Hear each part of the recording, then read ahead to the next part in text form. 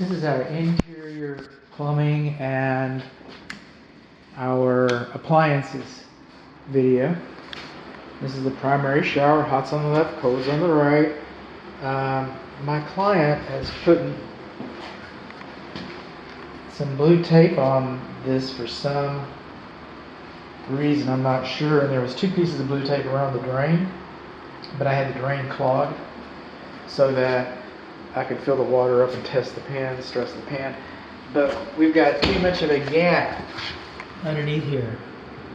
Okay, so if you're in here and taking a shower and you're washing your feet and stuff, water's going to bounce out. I get it. People put like a little mat underneath there. I get it. But that mat is just supposed to be for your feet. It's not supposed to substitute for the lack of a seal at the bottom of the door. This is kind of an appliance thing. It's outside of the scope of my inspection, but this is a communications, and it's dirty. I don't know why they let them put them in the floor like that. It does work. Okay. But yeah, that needs some help. And the door, again, doesn't shut like it's supposed to. I got it to shut, but it's difficult. It still bows out. You come in here. This goes for all the commodes. Everything goes down is supposed to go down. Bye, Timmy.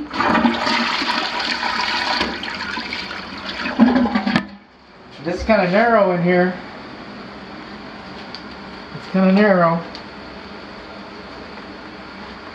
This might be an interior wall video.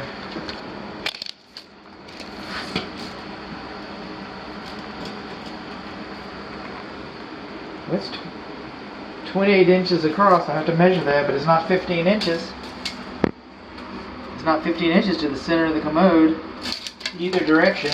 It's a wall thing or a commode thing, but this area is kind of small. Okay, it's primary bathroom vanity with the lavatories. Hot's on the left, cold's on the right. Everything goes down, supposed to go down. Everything looks clean underneath there. Boring. What I'm not seeing is a temperance valve or a dilution valve or a mixing valve for the hot and the cold to prevent accidental scalding. I'm not seeing one of those. Just like I haven't seen yet the outside, the fresh air induction for the air conditioning. Our thermostat is right here, and it's supposed to be. Okay, so no radiant heat is affecting it. And it's out in the common area so that everybody can be comfortable. Coming on along, this is the hall bathroom. They call it the number 2 bathroom. Hot's on the left, cold's on the right. GFCI protected. It's all fine. Boring. Commode's fine. Everything's supposed to go down.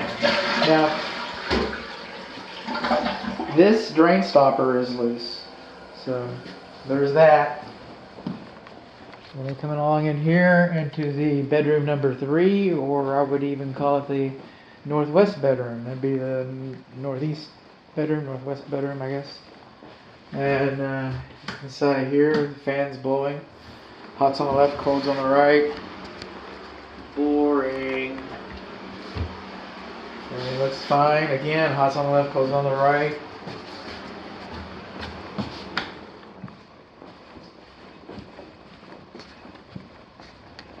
Trudging across the tundra. Moving on down. Right about here. It's an interior video, but while we're here, right about here is a hot spot on this wall where the insulation seems to be lacking. It's on the infrared video. And I took a still image of it. It's not really a fireplace. So it's an appliance. It's kind of like, it's a wall heater. You've got our buttons down here. You still should have a hearth. Actually, manufacturer's installation instructions supersedes code. This manufacturer does not require a screen inside of here because it's really not a fireplace. The manufacturer does not require a hearth extension because, it's not a fireplace. But you should just please be aware that, that heater can actually develop heat. That's what it's for. And it can burn somebody, if they were lackadaisical or careless or any of those things. We're moving on along into our clothes washer area, our clothes dryer area. We've got, wait a minute. Are you here? Where are you? This is the clothes dryer booster fan. And those should be serviced every year because they handle all the lint from your clothes dryer is going through that, and it's pushing it, it's forcing it out. It will get dirty. These are supposed to, the clothes dryer lines are supposed to be, the clothes dryer piping is supposed to be cleaned once a year regardless. And we do not have a notice telling us how far the clothes dryer vent goes. 4-prong electric. GSI. It's fine. And we are on the first floor here. So the clothes washer will not require a safety pin. We're on the first floor. We're moving mopping under oven. This is they call it the powder bath, downstairs hall bathroom. And this overflow drain does not fit flush right there. Boring. Okay. That's enough for interior plumbing. Let's do some interior appliances.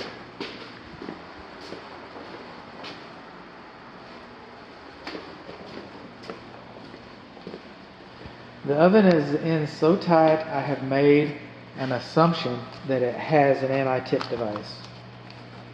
I'm not going to pull it out and tear everything up. It won't tip, so it's anti-tippable for me. Now, I operated it,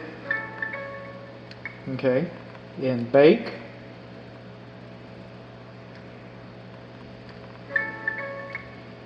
and broil. And then I operate it all, everything comes on like it's supposed to. Now in the bake mode, it's a little too hot. I was catching it about 375, which is just within the tolerances, I think. Broil works, it's all gas. The microwave oven, code says that this corner is supposed to be 24 inches from this corner. And the manufacturer's installation instructions,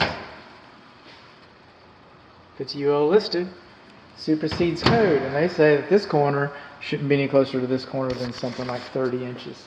So I have very little doubt. In fact, I'll look inside of here. Energy certificate. Is this where your energy certificate is? Looks like they... I don't know. Inquiring minds want to know about that. Do not remove this label. Okay, I'll leave it here.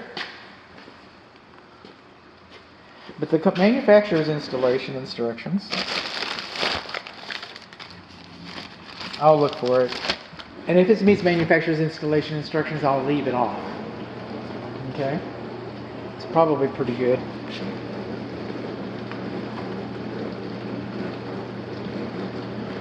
So we come over here. Got our dishwasher running. Installing.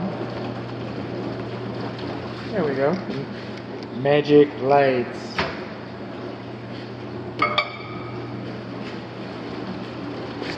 Keep digging a little more. Microfiber cloth.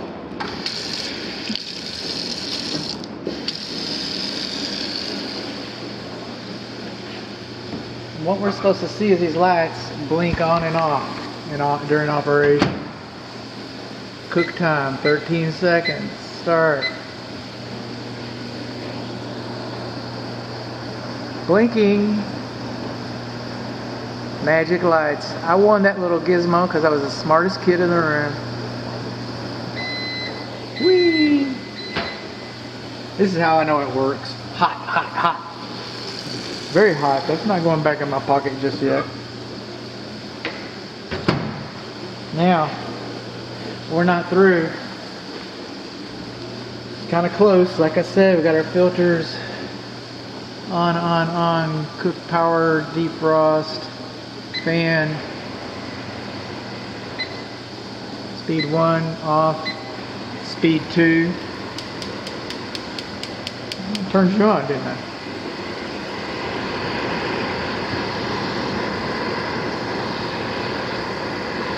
I'm feeling air. I'm feeling air leakage from this. Now, if you have a fire down here, you already have a bad day. I get that. Okay, but if the fire comes up inside of here, that's cloth tape.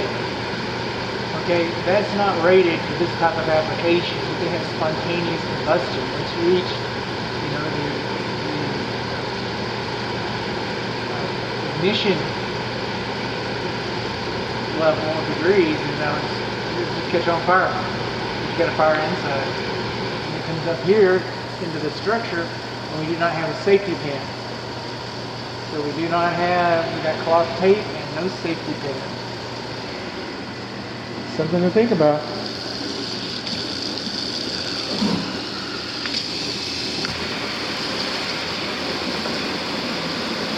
Okay, now right here, what we have here is a foul line.